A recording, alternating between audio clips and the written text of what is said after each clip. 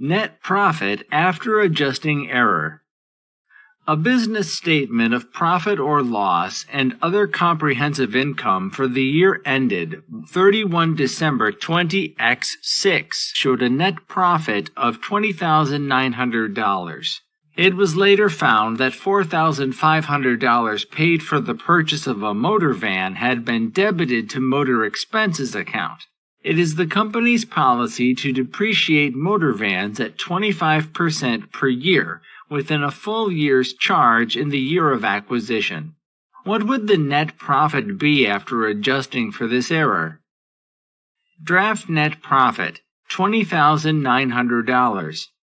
Add purchase price, $4,500. Less additional depreciation, $4,500 times 25% minus $1,125.